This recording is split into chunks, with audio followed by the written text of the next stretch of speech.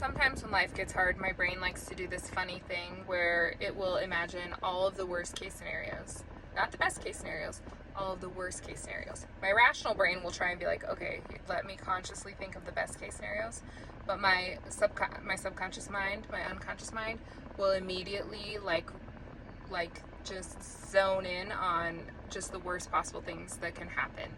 Like how, like, say I think somebody's lying, or I'm not sure if somebody's lying, I will immediately believe that they're lying and have a whole backstory of why they would lie, and that they're lying about 72 other things too because they lied about this one thing, and how we're gonna stop being friends, and then our kids are gonna stop being friends. Like, this is a total made up example, but it sort of feeds on itself and then becomes this huge thing.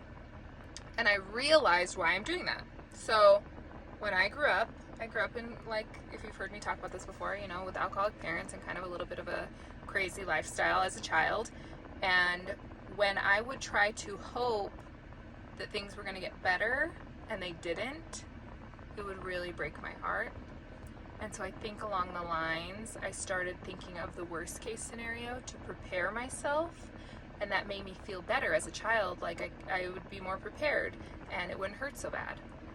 But when I would imagine the best case scenario, or something good happening, or somebody healing, or somebody being honest, those things didn't happen. So it would almost like break my heart even worse. And I think that is what now as an adult I'm struggling with, because I want to believe the best case scenario, but I immediately go to worst case scenario, because if I believe the best case scenario and it doesn't happen, I'm worried it's going to break my heart. So, but what's actually happening is I'm just torturing myself thinking worst case scenarios. And even if the worst case scenario played out, I would still have gone through it twice, because I already went through it once in my head. So at least if you imagine the best case scenario, you can at least have that comfort before the worst case scenario happens, if that's what happens. But oftentimes the best case scenario does work out, or somewhere in the middle.